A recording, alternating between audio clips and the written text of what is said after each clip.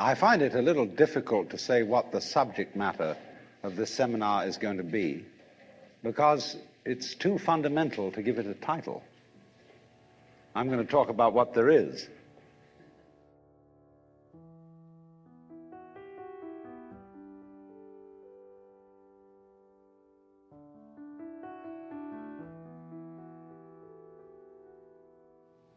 Space,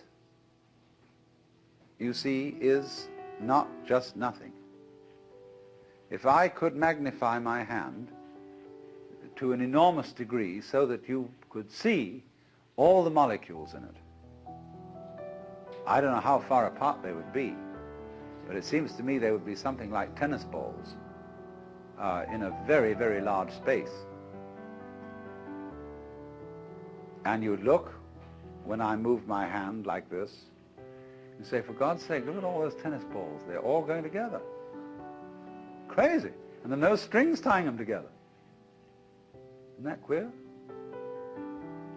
No, but there's space going with them.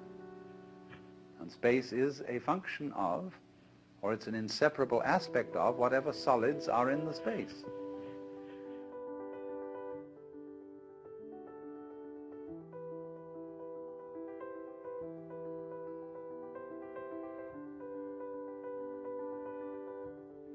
And you just don't get one without the other. So the moment you see that intervals, that space is connective, you can understand at once how you are not just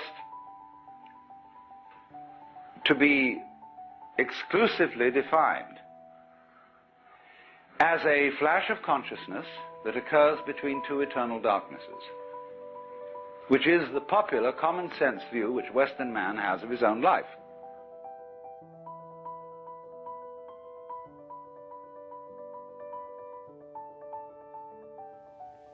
The Earth is not a big rock infested with living organisms, any more than your skeleton is bones infested with cells. The Earth is geological, yes, but this geological entity grows people. And our existence on the Earth is a symptom of the solar system and its balances, as much as the solar system in turn is a symptom of our galaxy. And our galaxy in its turn is a symptom of the whole company of galaxies. Goodness only knows what that's in. But you see, when as a scientist you describe the behavior of a living organism, you try to say what a person does. It's the only way in which you can describe what a person is. Describe what they do. Then you find out that in making this description, you cannot confine yourself to what happens inside the skin. In other words, you can't talk about a person walking unless you start describing the floor.